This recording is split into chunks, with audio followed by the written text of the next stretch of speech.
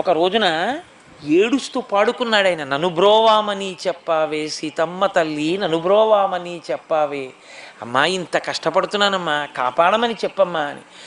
ఆయన బాధ ఓర్వలేక సీతమ్మ తల్లి వెళ్ళి, ఏమండే అంత ఏడుస్తున్నాడే మహానుభావుడు, అంతటి భక్తి తత్పరుడే, అంత కష్టపడి ఆలయం కట్టాడే, అటువంటి వాణ్ణి ఎందుకు అంత బాధ పెడుతున్నారు, ఎందుకు రక్షించరు ఆ రామదాసు గారిని అడిగితే రాముడు అన్నాడు, సీత నాకు కూడా గుండెలు అవిసిపోతున్నాయి రామదాసు కష్టం.